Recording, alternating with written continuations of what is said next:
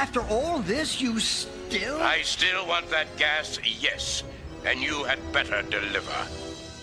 Hey again, dear listener. Welcome back to the Greenhouse. It's me, Adi. And joining me today for part 3 of the Piss series, I have Gabby.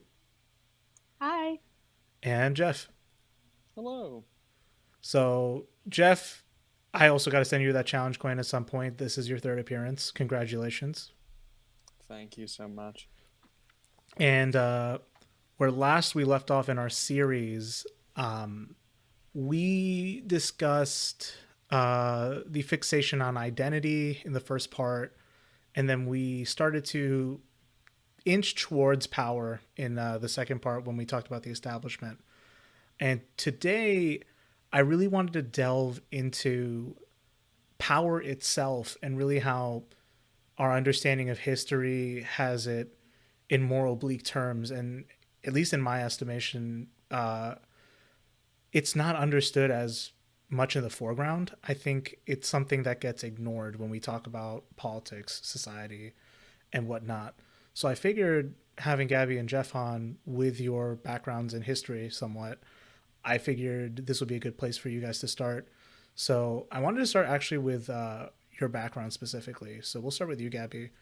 What's your area of expertise when it comes to history?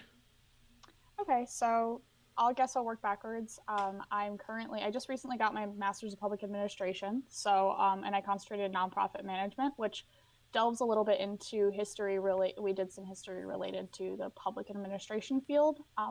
So some of that was part of my master's program, but then my undergraduate, I got a degree in history. So my undergraduate degree is in history. I didn't specialize in something, one area totally, but I found myself gravitating toward classes with that focused in Cold War. I did some stuff in reference to Cold War Latin America. There was some stuff I had learned a lot about. So I'm by no means an expert in these areas. However, that was what I ended up gravitating toward due to the professors in my program and what sounded interesting to me when I was an undergrad. I'll field the same question to you, Jeff. Hi. So let's see here. I'll work forwards instead of backwards. I got the history on there. I started actually originally going for medicine, specifically physical therapy technician, and I had a moment in life where didn't really want to do that exactly, so I switched over to history, just out of my sheer interest in it, and also went in for anthropology. Eventually, I decided to get a history minor and anthropology major, and I mainly focused on, I would say, the Near and Far East, ancient societies, etc., namely the classical and medieval. Gotcha. So I think like as a group, we do enjoy talking about social structures and history and things like that. So I think it's worth mentioning for what it's worth. We aren't inherently qualified to talk hard facts on history. And if you've been coming to this show as like a strict educational program, I'm really sorry, but you can't cite us. We are more so trying to have a meta discussion about the discussion about politics, history, society, and what have you. So I think let's just start with the big question up front, and we can, because it's such a large topic, I think I'm okay with this taking a bit of a natural turn.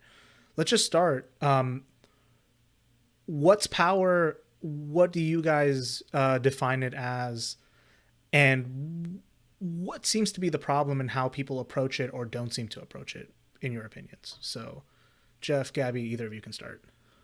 Yeah, I thought a little bit about this one. And every time I tried to come up with a definition of power, I hit another wall. Because like you said, it is such a huge topic area and there's so many ways you can look at it. And I think it's really important to acknowledge that power is very contingent on the space you're in at the time. It's very relative. It shifts and takes on new meanings depending on the valuation that people put in a society on different things. So I think it's inherently tied to conversations about valuation, what's more important, what we collectively value, not necessarily individually, and how that plays out in the real world and who holds. So whatever we do value, whoever holds that tends to be the person who holds a level of power, which is a very elusive definition, but I don't think there's a way to define it that would be concrete and actually do justice to the various like cultures and groups of people that have defined power in different ways and how it's functioned in their societies. So with that being said, the other part of the question related to, refresh my memory on that. Sorry. Oh, just like what seems to be the problem in how people talk about it or don't talk about it? Oh, well, that leads in perfectly because I think it is this ill-defined way of talking about power and the lack of a concrete definition. That's at least one facet of why we don't have an understanding of it, or not a shared understanding of it, because it is so tied to valuation. If I value one thing and Audie values another, and we're trying to have a conversation about what's better to have and who has more power based on that, it can be really muddy. And so I think people have a tendency to try to avoid talking about it, or they tend to get in a disagreement about what that really looks like and how it's functioned in society up until this point, or maybe downgrading the amount of power one group has had or upplaying the power another group has had, depending on what side you're on. So I think, again, a very wide, broad net definition, but that's what I'm going to go with, and I can punt over to Jeff for his thoughts. Good luck following that up, Jeff. I actually concur with that quite a bit, and I also think that there is also a level of individual power, what you can do on your own level. There is an assumed power, and there's also real power. The assumption that you have power over others is how much one or a group can project their will onto others. As they say about language, it's a dialect with an army and a navy. It doesn't also have to be with this, of course. Power can be various things. Power is just a tool of how you get to where you are in any given respect, I suppose. And that can come with some costs. So, Gabby, you just mentioned in the chat that you were thinking about informal power structures, and I think we can definitely dip into that. I think broadly, though, I think we all agree that the most useful way to look at power is something as a consequence of a hierarchy or something used to justify a hierarchy. And informal power is probably one of those ways that you can uphold that, right? Yeah, I definitely say that. I think informal power structures are incredibly interesting, and I think Jeff mentioning the personal in that conversation, your perceived level of power, is really important to that conversation, because there are structures and authorities. I mean, you can have authority vested in you, which is an official kind of power, I suppose, but there are informal powers that exist and are just as salient, if not more. It's kind of like when if you're working in a job, right? Your boss, your manager might have the most authority and actual power. However, there might be someone who works under them who has a lot of informal power and actually influences the way the office functions or workplace functions. Like the cool employee type deal. Yeah, it's kind of like that. I've worked in jobs before where one person quits and you know that a bunch of other people will quit following them because they're just that person that holds that kind of influence that people want to follow. And they don't have any formalized power, but that is a form of power that should also be acknowledged, because it's something I think we don't talk about because it's harder to grasp onto. Like, even more than official power, it's very hard to grasp onto that concept. Right, and just because like there's so many synonyms for these kinds of things, like someone could look at that and say, well, isn't that charisma? And then charisma ties into that. Then there's also just rhetoric and all of that stuff. Yeah. Oh, go ahead. Sorry. You're fine. There's actually, that ties into, and people might be familiar with this, but types of leadership styles. So forgive me if I butcher this, but there is a charismatic leader where they garner a lot of their power and authority based on their charisma. Whereas you have leaders who have rational. Oh goodness, I'm not going to be able to remember the exact term, but people who have vested power in them that are backed by a law or an authority, and which ones are best for having a stabilized movement or stabilized society is a big conversation that happens, because charismatic leaders are very important to making things move forward. However, if they don't have any official power, they can be de-seated very quickly if they fall out of favor with the people that might have vested power, which, not to tangent, but I think this kind of ties into a discussion related to history, because I firmly believe that power is also vested in people by others. Right. If other people don't buy into your power, you oftentimes do not have it, or there's a high likelihood you could get de-seated from your space of power, even if you hold a lot of resources, which is another way we can understand power. If you piss off enough people at the masses, eventually there will be a boiling point. We've seen that habitually happen in historical events. Right, and that's kind of one of the core basic ideas in more materialist and particularly left-wing thinking, right? That the people who exist at the bottom of the hierarchy take on the most oppression, however you choose to define that, and because of their sheer number have a power against the hegemony they live under. And that's the theory for change and so on and so forth. And I think more materialist traditions, say for instance Marxism, right, I think are more accurate and more correctly, in my opinion, focused on power dynamics in ways that I don't think we discuss at present. And you don't have to necessarily adopt a hard socialist framing to talk about power more correctly, right? But I think, and this is just my read, so you guys can push into this, but the read I seem to get these days when people talk about societal woes or when they're talking politics, they specifically seem to be more focused on individual characters and virtue far more than which of those people hold power, how they exercise it, and to what ends they seem to exercise it. And at least in my estimation, the people who I like to hear from the most on these topics are the ones who are more focused on describing those networks. So what do you guys take of that? Sure. I think that you are mainly correct about it, because if I just kind of think, more people are much more focused on the what's the word?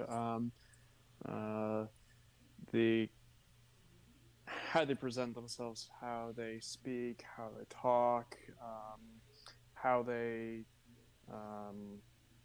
specific qualities of an individual stand out and talked about more than specifically just how about they get around. And I do definitely agree with that. Like, for instance, when what is his name? When Mitt Romney was running, everybody was talking about, oh, but look how charismatic he is, forget some certain level of who he worked with, Bain. I believe it. What was it? Bain Capital, yeah. Yep. And all the shady stuff that was happening with that, and basically what it functions as. And I would bring that up, or what he has done in the past, and it's more like an argument of, but look how friendly he is, how much politics he has. It's definitely it definitely covers up a lot. Yeah, I think that I'm going to push back a little bit. That's I fine. agree, That's perfectly fine. There's also a piece of me that I've seen a lot of conversation around understanding those pieces of power. And I think this is where a lot of conversations come in about not redefining, but retroactively looking back on history and reframing it, and understanding the importance of framing to understand power. The way that power functions, we look back on this stuff, and I think we've seen a lot of conversation recently around how people frame history and how they frame it with a framing of power specifically, and how that's played into the way we've defined things and how we've viewed things up until this point. I think it's a really recent phenomenon, when I'm seeing more and more this power becoming more of a conversation, especially relating to history, I do also see a lot of people adopting the framing of power in their everyday lives and conversations. And it's almost interesting because it feels like too far of a swing in the opposite direction. So I've seen conversations where people make claims about, and this is going to come like out of left field, but like power dynamics and relationships, like individual, like romantic relationships, and how age plays into that. Mm-hmm. And making the case that if one partner is, say, 26 and the other one's 20, there is a power dynamic there that's inappropriate because the 26-year-old has more knowledge and is wiser and therefore like has a level of power over the 20-year-old. And while that like is, I guess, kind of true if you're gauging power in terms of what like wisdom or something you might know, it also feels like too far of a reach to say that that becomes an immoral relationship because there's a perceived power dynamic shift or complication. So I think there's an awareness of this, but I think it gets muddied very quickly. I agree with that because I see this kind of behavior more so in discussions about more so like social liberal circles, especially pertaining to situations between individuals. So you brought up an age gap in two people who are dating, right? And if we don't fully understand the circumstances of it, we can't fully describe the power dynamic therein, right? I think this is an example I've been thinking about, and it's not to discount all the work that happened during this period. I think it was just a difficult time to understand because of the pandemic, because of so many other extenuating factors. Like I'm talking about last year's wave of protests for BLM after the shooting of George Floyd. I think what ends up happening is either people do talk about power or people see an imbalance of power but use an existing framework of virtue to describe it, right? So I mean, we can talk about how the American police system is a monopoly of violence against its citizenry. I think that's the hard structural way to analyze what police brutality is that one party really has a monopoly of violence and can exercise it on the population. And since it's at will, we can say that then factors of racism, personal bigotry, meeting quotas, all of that stacks up, right? And then what it gets turned into, or at least some of the responses to it that I didn't like, were ones about ending racism as a personal sin. And even though, like, I agree, that's something we have to stop as a society, the hard critique of how the police act, what forms of violence they inflict on people. Certain discussions did come up in more radical circles of like, do the police exist to mostly protect wealthier people in urban areas? Yeah, those were more useful discussions to have, but they get watered down. And I think in the discussion you've brought up, right, I think regardless of what someone's opinions are on age differences in dating, right, I think a lot of people bring up certain personal grievances in their lives towards people on the internet. People who may be traumatized by partners project something onto someone they see on the internet. And, you know, if someone was in a position where that happened to them and then they talk about it to someone else, like that's exactly going to happen, not understanding the dynamics of the relationship. I totally get where you're coming from in that case. So that's one conflation that happens. But for what it's worth, I should also mention that this happens in highly online circles. Yeah, I think something actually interesting I was thinking of Yeah. while you were bringing this up. So there's this theory in relation to like nonprofit donor research. Right. Very niche thing, right? But it's about how when you have an issue that's so big, people stop caring about it because they can't. It's almost like they feel like they're a drop in the bucket. So the biggest example for this would be like climate change. Like a lot of people think they need to do something about climate change, but it's such a big issue that they feel like they can't affect that they just stop caring about it, like empathetically, because they just physically cannot. And or there's more research about it, but like that's kind of the working theory, is that you just can't care about something that big.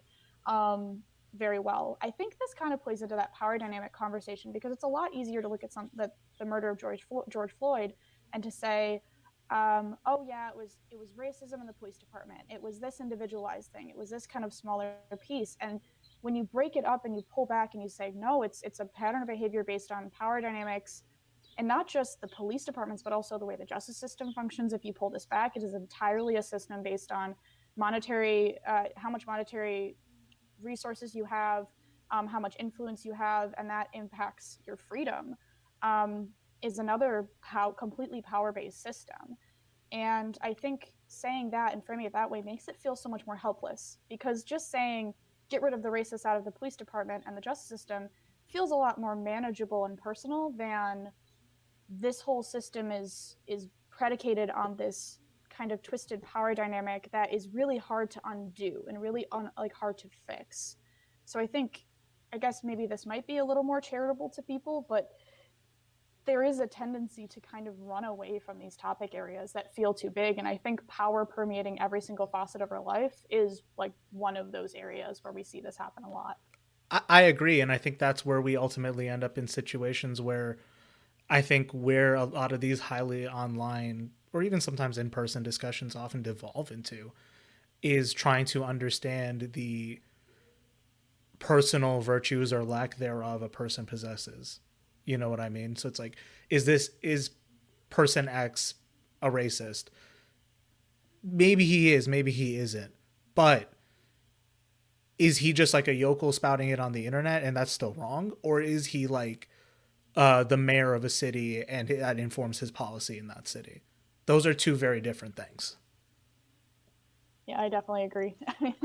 If I want to give Jeff a minute, if you wanted to step in at all, didn't want to take up too much space. No, that's fine. I feel like I went off a little hard. I was just listening. Don't worry. I was enjoying it. But I definitely agree, Adi. I think it's very important to be mindful of power and what kind of power people have. And I do think, getting back to the roots of what we were talking about, I do think that there is a little more awareness of that recently in conversations that I've at least seen, where people are acknowledging that, if you have a following of, hundreds of thousands of people or millions of people, or you have a lot of monetary resources, you do have a little bit more responsibility because you do leverage a lot more power than other people.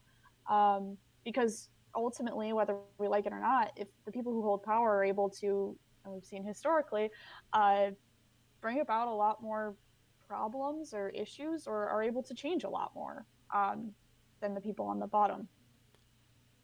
With great power comes great responsibility. That's what we're Literally, getting at. it's Spider-Man. It's literally Spider-Man, guys. Everything goes back to Spider-Man. No, it doesn't, but also. Spider-Man. Oh, wonderful. I will have to agree. And I also think that there is a kind of, regardless if somebody believes it or not, I think that another thing that really takes hold in society is the idea of, even if one doesn't believe in it, is the thought of might makes right. The idea that, and it's not just, I beat you, yada, yada, yada, in warfare, God was on my side and all that. Successful people, those who have power, they got it somehow. And sometimes a lot of people feel left in the dark on just how. And so therefore they just kind of automatically say, well, rich people are successful because they got to where they are, so what they're doing must be right. The whole prosperity gospel and whatnot. Right. It's the same thing with, hierarchies just kind of in general. Well, they've always been around for years, their family or this government system. How would we, do we even want to, remove it from seat? Is that even a viable option? Or they've always been around, so they must be right. Well, Jeff, this is where I think the anthropological perspective you have, I think, is important. Let's get to maybe the root of the issue now. Like, how did hierarchies arise in human society, and why were they useful? They're definitely quite useful. It's a I would say it's a easier way to manage resources on just quite a large swath of property and land. The ability to centralize resources really definitely helps. Obtaining that power and able to divvy it up amongst those underneath you, it's much easier to do that than really. Much easier to do that than thinking of a really complex system from the bottom up and making sure that all works. Jared Diamond made a wonderful article, which I'm going to keep talking about until the day I die, because Jared Diamond's still useful, despite agriculture not being the first thing we did. But agriculture, as Jared Diamond says, is the worst mistake in human history, and it is because of just that this creation of hierarchy and the division of labor comes from the creation of agriculture, people needing to man the fields and somebody to supervise those fields creates for a natural state of hierarchy, unfortunately. And not saying that there has never been a society without power. There's always been, as they call big man, big woman societies focused around some kind of central leader, but that usually was more so about wisdom or age in an egalitarian setting than it is, than it is the dividing of power and, having women, work from the house because they're always walking around carrying kids if it's not a growing season. And you really do see this taking hold and the structure of city governments, at the very least, city-state governments, right out of the Neolithic age.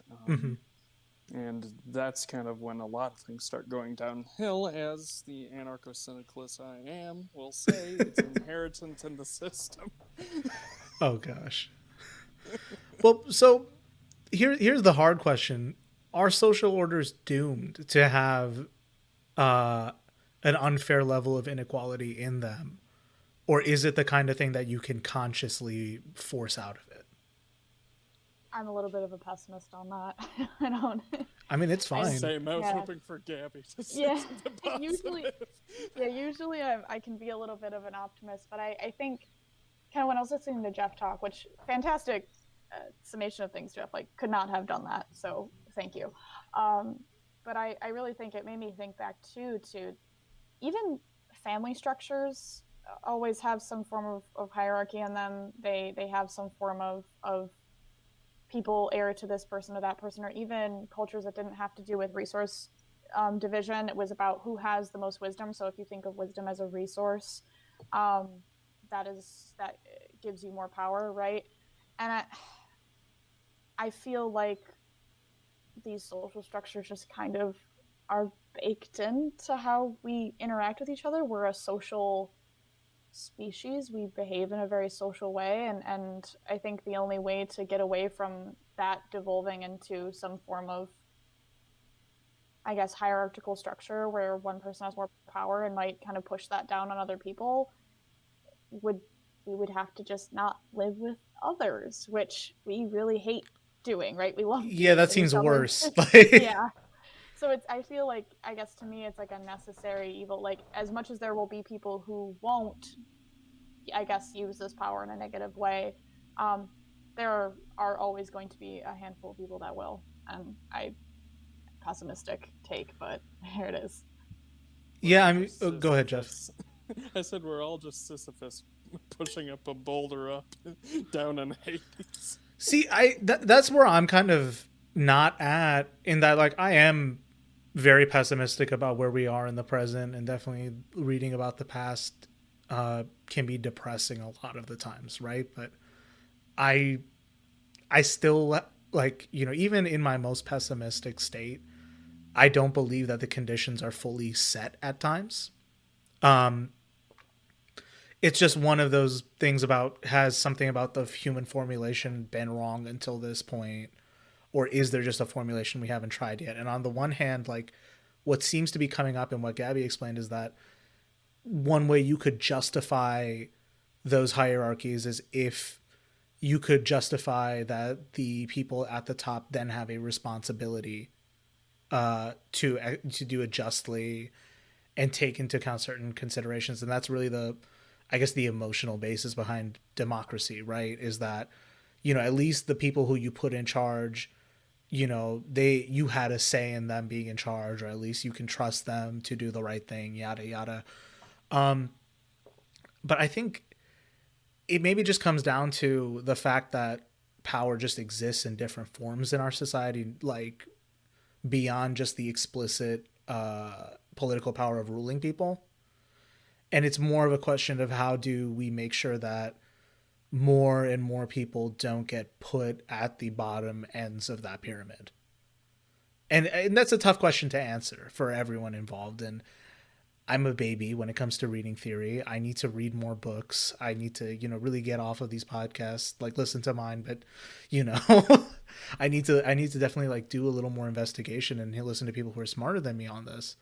But I don't fully think we're at the point where this is, I don't think that the Fukuyama conclusion that this is the end of history is necessarily the correct one. It makes sense if you buy the idea that, yes, this is the current hegemony we live under, but it could topple for whatever reason. So let's maybe go back further in time, or maybe forward in time for this method, for this metaphor. It's kind of hard to go back further. What historical eras, in your estimation, mirror the one we're in the most? Because I really subscribe to the idea that, and I mean, you had people like Karl Rove in the Bush era saying that America is an empire.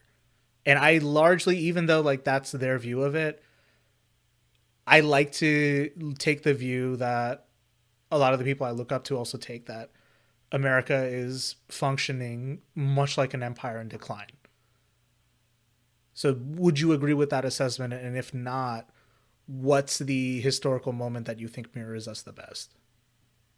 And what power dynamics happen in that society that make it similar? I may have one or two. Go ahead. Unfortunately, I also concur it's definitely a power in decline. And I guess if we want to look at a bright thing, bright moment out of all that is that it can be a wonderful spur of change in one way or another. But I will say I will say that the most it's weird because it's also similar time periods. I would say the fall of the Roman Empire, and just right after the fall of the or not the fall, but the decline of the Zhou dynasty of China, with all the different philosophers coming out saying, hey, what about this? The empire seems to be not working. I mean, I think both of these are wonderful reflections. Both have very modern, well, quote unquote modern philosophical ideals that we have seen today of various issues coming out of that time periods. So let's start with the fall of Rome. Like what led to that? A few things. Okay. One being, an empire that expanded way too far. An empire that controlled way too much territory to the point that that you have governors running around with very little, with too much autonomy, too much say, too much wants, too much ability to exercise the use of their own power and not being regulated or checked by the emperor, or really anyone for that matter. So they were able to start collecting their own taxation, hence why we have a separation of the empire itself into the east and western portions, which if you want to compile that with corporations being unregulated and unchecked, go by Go for that. I mean, yeah, service fees and taxes. What's the difference? Right. Exactly. All right. Yep. And then what about the Zhou dynasty? Let's get to that one too. Oh, so the Zhou dynasty, I would say that the fall of that, that comes into a lot of more issues. Some of the Chinese dynasties fall into issues, not just a mismanagement of the system, which there was a complete mismanagement of the later Zhou dynasty, because the emperor in charge decided that he could focus on only a couple aspects of life without, focusing on others, namely the people. So, because of that, and also natural disasters as it hits, individuals started to say on how to improve the dynasty. And obviously, this is an era of Confucius and Taoism from Lao Tzu, Chuang Tzu. Legalism comes about. All these different theories come about trying to discuss on just how to fix society, and none of them agreed. This will break down into the spring and autumn period and the warring states for obvious reasons. Obvious reasons being pertaining to nobody getting along on that front. Yeah, I think more And I pessimistic feel people. like I may. Yes. Oh, it's just like I think the most pessimistic read people have of the current moment is that, much like that era, we're almost at each other's throats in the United States. I'm not sure to what extent I subscribe to that, but at least among the most politically engaged. I didn't like the term polarization at first, but I think we are at the point where we've reached such a spectacle that it's like two opposing teams at a sports game. Oh yeah. Where I would agree. and that's I, really. Oh, go ahead, Gabby. You had a point. Yeah, I just want to say I almost wonder though how much of that has to do with so really quick preface. I don't have an answer to your earlier question. I'm really glad Jeff took that one because I'm more of a more recent history type of person. So not a lot of falling empires in the time that I'm a little more well versed in. But I will say that I think that maybe instead of there being more polarization, I think there definitely is, but I almost feel like politics are now more accessible to a wider group of people, and there's more visibility to people that were Yes. not listened to before. That's So, correct. yeah, so instead of seeing something like, oh, this is the most polarizing space we've seen ever, it's more like, well, before we just weren't listening to or allowing there to be space for people who were being trodden on, and now they are being bolstered up at least a little bit more, Mm-hmm. and their concerns are in the forefront. Because if you were to ask me if I think we're in worse, like in terms of this country's history, I mean, I would flag the Civil War as way worse of a Mm-hmm. period of Mm-hmm. time than, and not just because there was slavery, obviously because there was slavery, but also because like that was, I mean, if we're talking divisiveness, I when mean, we people were say like, literally seceding and like yeah, fighting a there were, war on our soil. Yeah, yeah. yeah, like there were literally states leaving the Union. And Right. I mean, in terms of that, I mean, then if you just keep moving forward, I mean, the civil rights movement is another big moment in history where people were literally, I mean, killing Black Americans in the street. I mean, like, and they were doing it beforehand, but they were doing it even more, I guess, brazenly, I suppose, in Mm-hmm. opposition to a movement that they saw.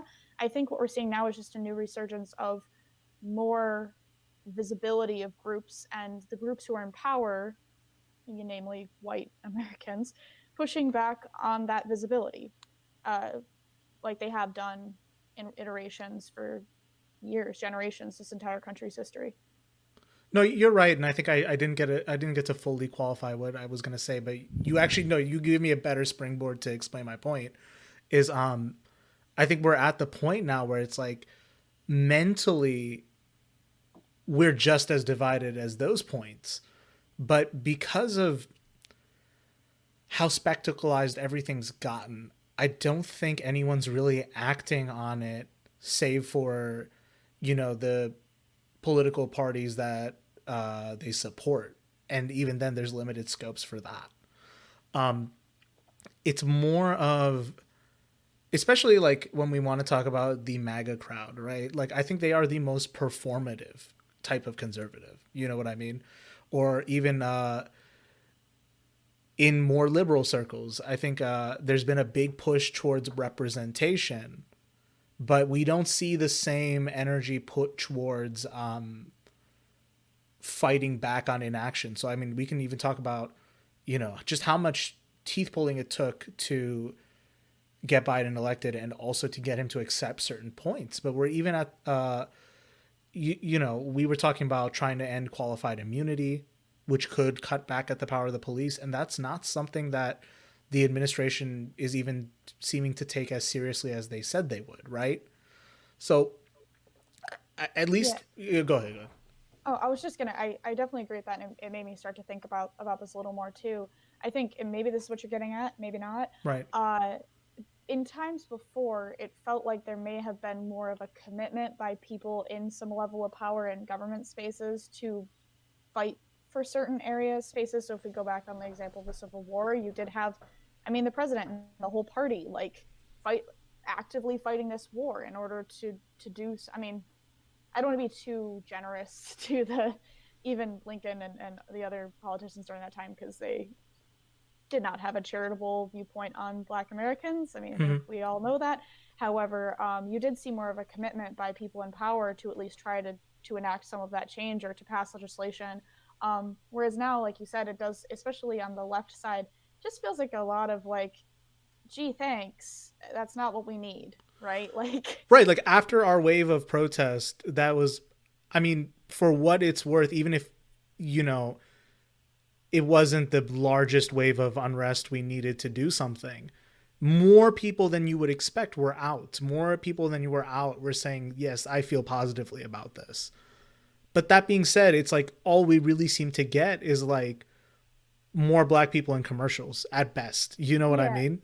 And I think too, if you come back to politicians on this, it feels like it's mirrored too. Like a bunch of, especially Democrat politicians, right? You see them with their pronouns and their bios for things, and they right. And then, but at the same time, there is more anti-trans legislation that's been being passed right now than there has been.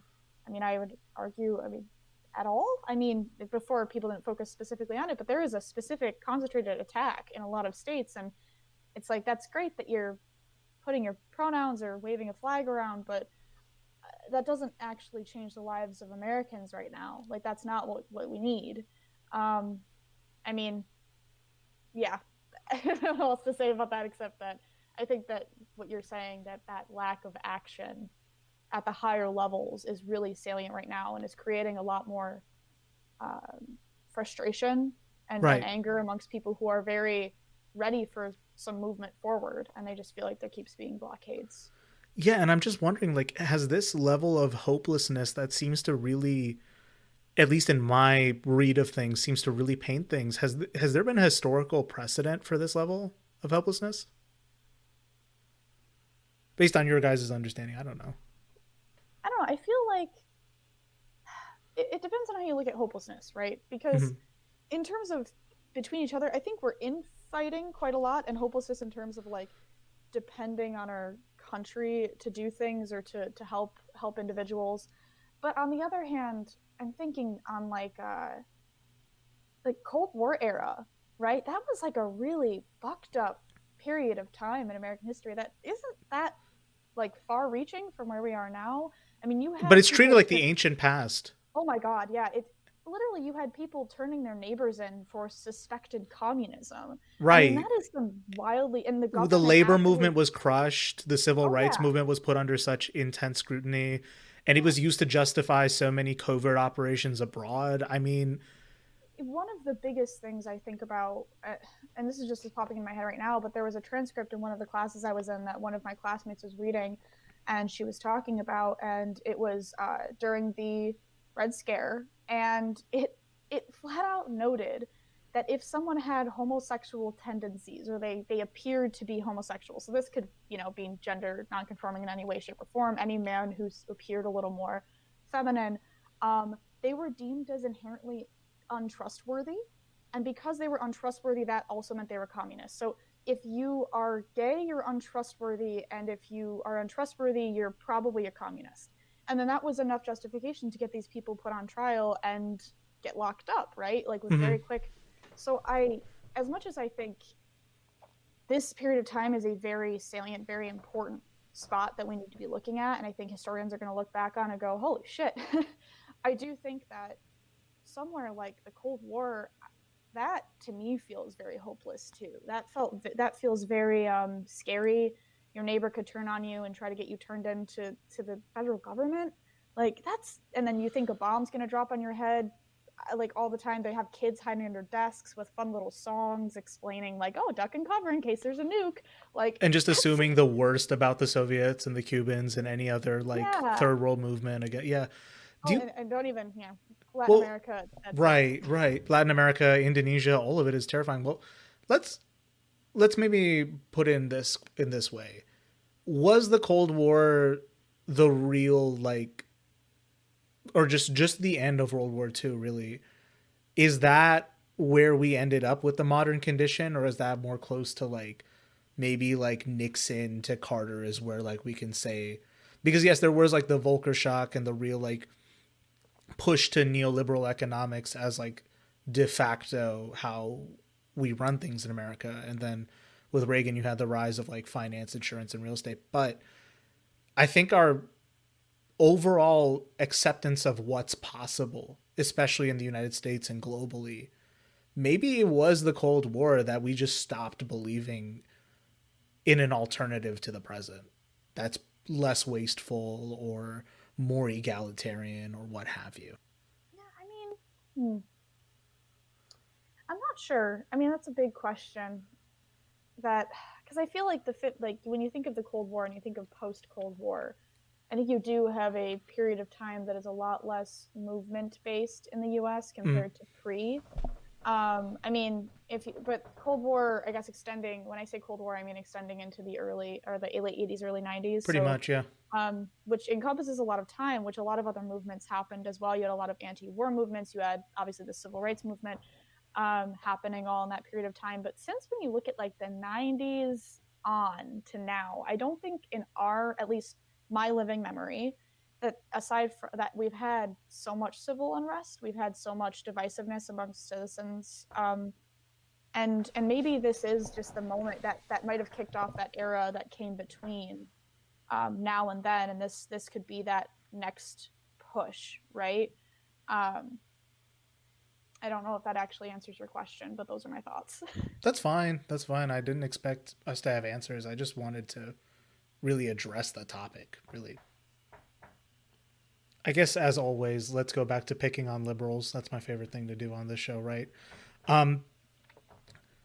Really, with Biden winning in 2020, and with kind of the overall consensus in elite liberal media of, the Bernie Sanders theory of change, that progressive theory is over, and it's time for a more old school Clinton-style liberal to, take the reins.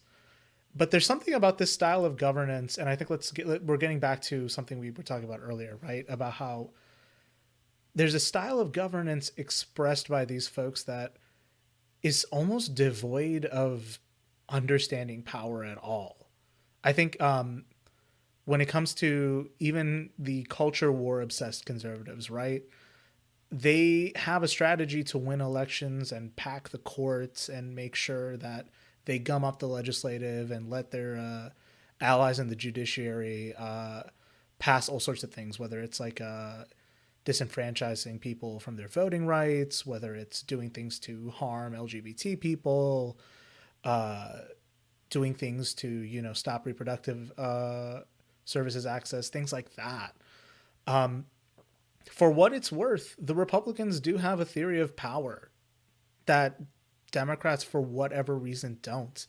And there's a fixation in liberal circles, especially on adherence to norms and adherence to certain kinds of popular wisdom, at least to them, that really prevent them from fighting back. And I wonder if there's been something something that happened that they don't even view this as a fight anymore. It's just a accumulation of how much virtue you can have. So I wonder what you guys make of this. Yeah, I just want to say that I definitely agree that Republicans know how to play this game so much Right. better, and they're open about it. They're clear. They're like, we're going to develop and gain power, and we're going to do this effectively, and they do it. I mean, the fact that they, even if you look at the quote unquote, and I use this, I guess this term liberally, haha, red states, right? Right. They're constantly passing legislation that feels wild, right? It's like, what is this legislation?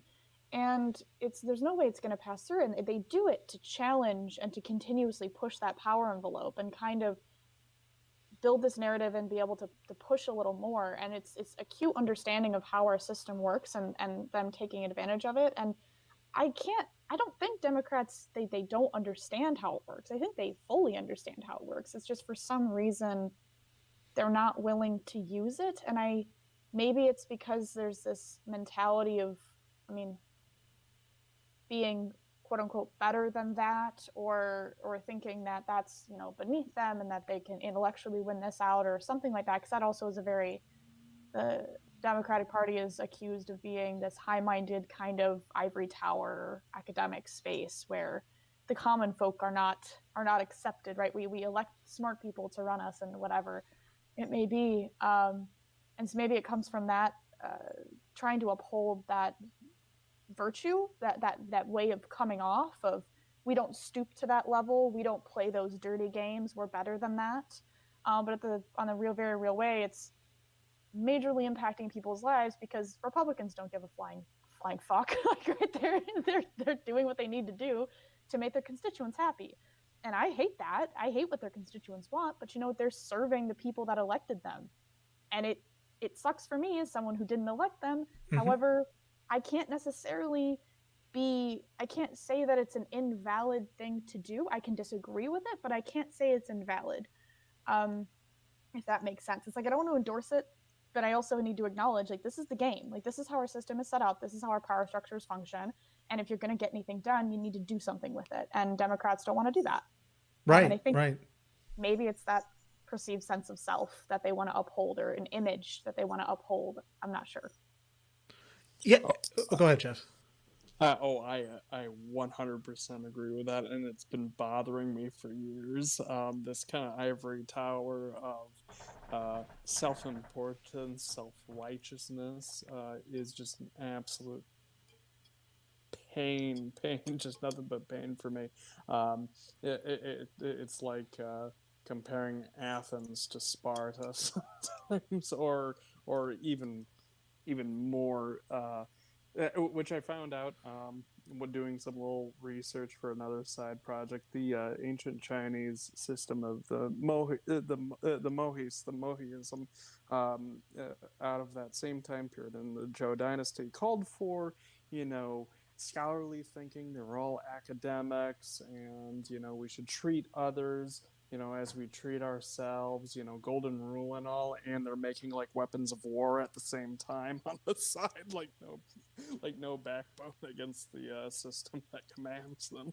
Yeah, and I think that was something we touched on in the last episode about the establishment. I was talking to Tyler and Josh about this, where broadly speaking, the establishment, quote unquote, of the Democratic Party has the same goals of, supporting foreign policy and the broader economic structure, right?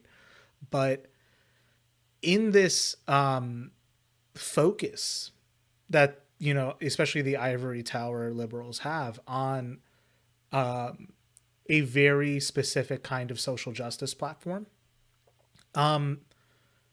very rarely has actual power been exercised to defend those people. You know what I mean? Like, for even the big win that was letting gay marriage happen in the United States, right?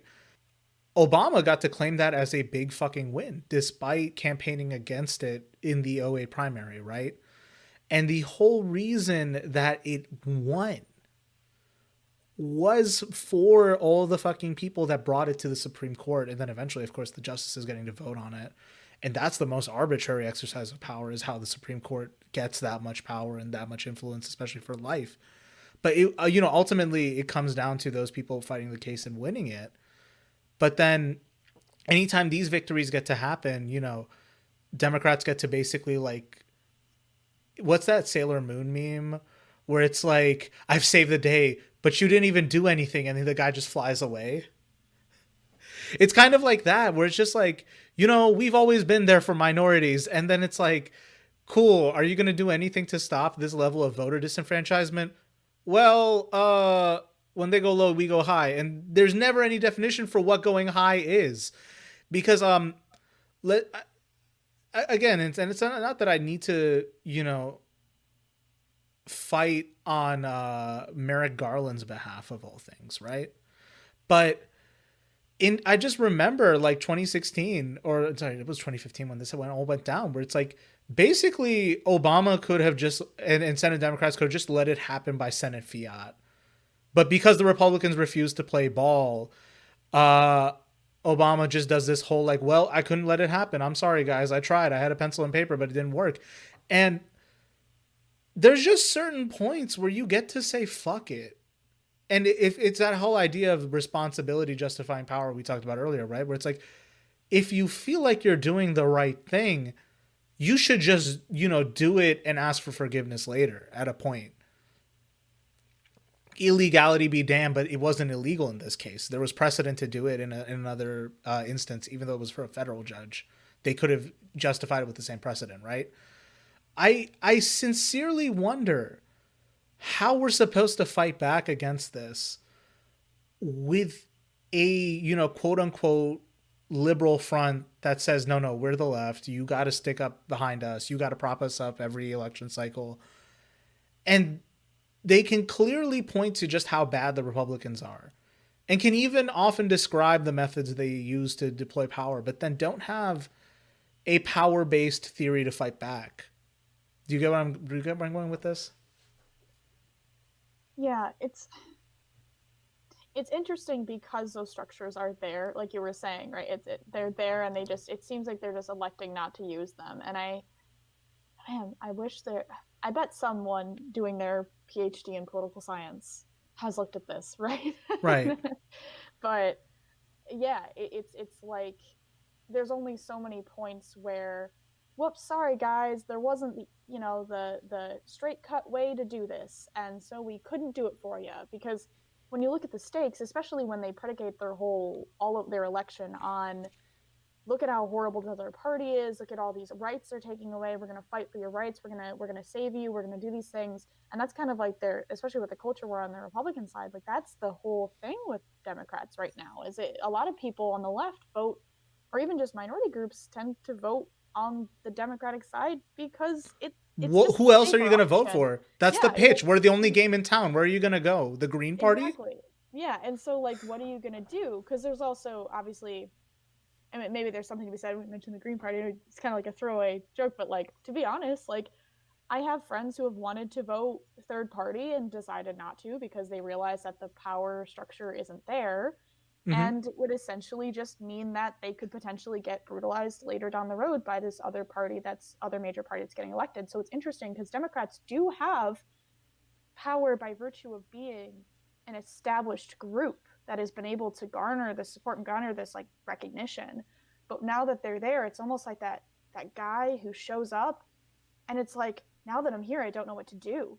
Like, I didn't think I'd get this far. And that, like, is how they feel. Well, and that's, like, the main critique of, like, people like AOC and the squad, as a whole, right? Is that at the end of the day, like, I'm as disappointed as anyone else that, like, they don't seem to put up as much of a fight against the base.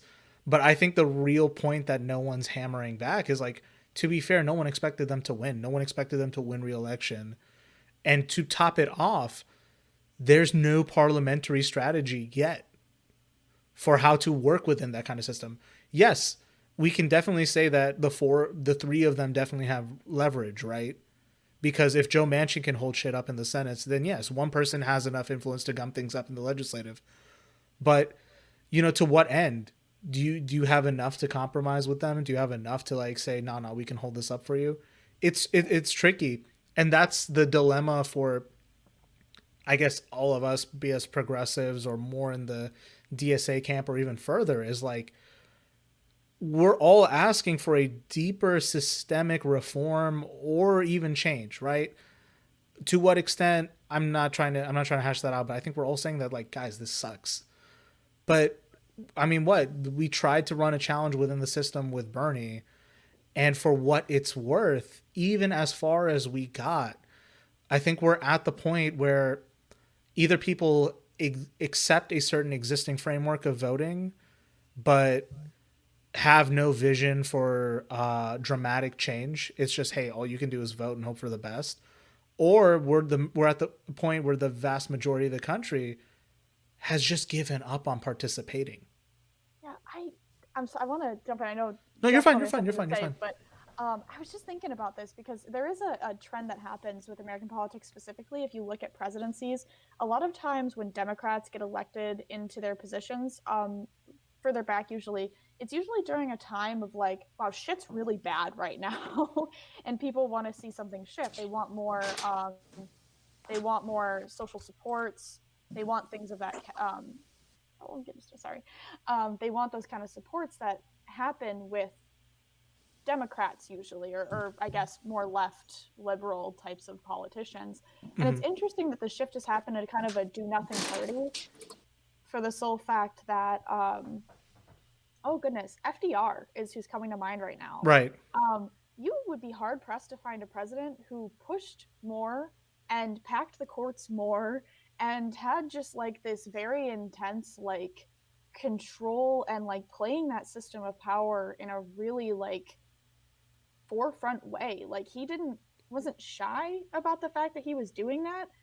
And it's just interesting that his party, right, and we kind of view the current Democratic Party kind of as, in my opinion, as FDR's party. That's kind of when the party took on a lot of the values it has now. They've evolved, but he was kind of that base, the social programs, all of that kind of becoming a big part of the platform. And he was a pusher. He pushed people, but like legitimately. And so it's really interesting now that the party has become this kind of stuck in the mud, doesn't want to go any further or take any risks kind of space, where I would argue some of its beginnings were with him, and he was so wasn't. Well, it's also worth examining that New Deal coalition. Like, yes, for what it's worth, there is the obvious critique that it didn't do enough for minorities than it could have, but also it's worth noting that it was only able to become that winning coalition because there still was a popular labor front, that was skeptical of it, and they were at least able to get a pact where, hey, if you guys are on board with this and you agree not to strike during the war and shit, like, that helps. And it's also the fact that they were willing to reconcile with that more active front of labor that we had back then. Labor used to be a lot more active. People were a lot more organized, and you were able to extract concessions. And for what it's worth, FDR's advisors seem to be a little more open to that kind of thing, because I think he had a couple labor people on. I can't cite that fully, but I'm right. I know I'm right on this one.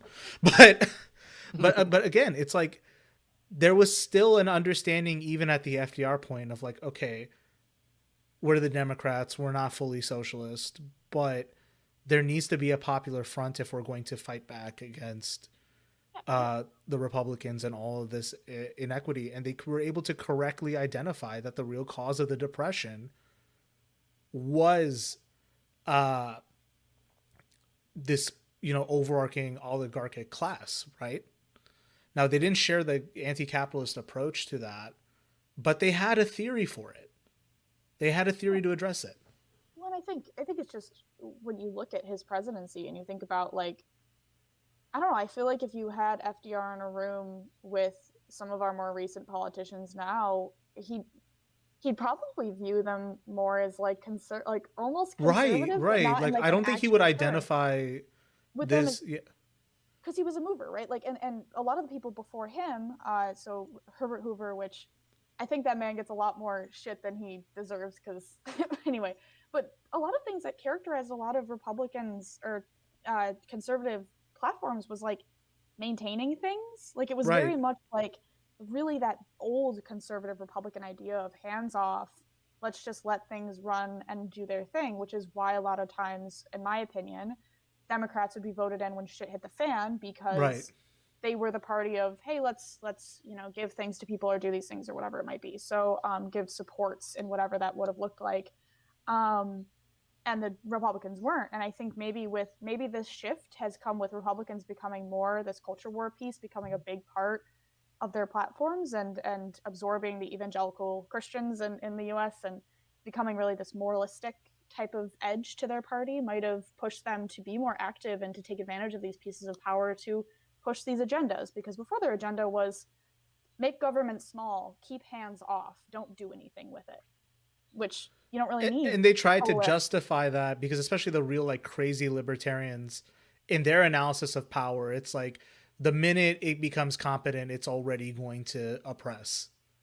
You know what I mean? So even in the most reactionary circles, right wingers there they go again having a critique for power. But I think that is a lamentable uh aspect of the fall of the new age the New Deal Democrat and FDR's approach to this, or at least there was a liberal capitalist answer to hegemonic moneyed power in America. And with that being gone, all there is really is the more social democratic or even socialist approach. And this is a critical moment for some of that energy to come in, because we are in a record state of inequality in America. We are in a record state of wealth being produced at the top and incomes being stagnant for everyone else pretty much. And just trying to critique that, it gets obscured behind so many other things. And whether you want to blame the cynical deployment of identity politics, whether you want to blame that on the lack of class consciousness, if you want to blame that on how much internalized self-worth we put in this country on wealth and the Protestant work ethic, it's a it is a cultural and almost a consciousness based understanding that needs to be changed at this point. Because at this point, like, everyone is feeling the pain more and more every day, but is blind to what's causing it. And I guess that's how I describe the moment we're in. It's almost like you're in a greenhouse and someone's gaslighting you inside it. Ooh, you got the podcast. There it is. Plugging my own podcast. He's showed up. He's here.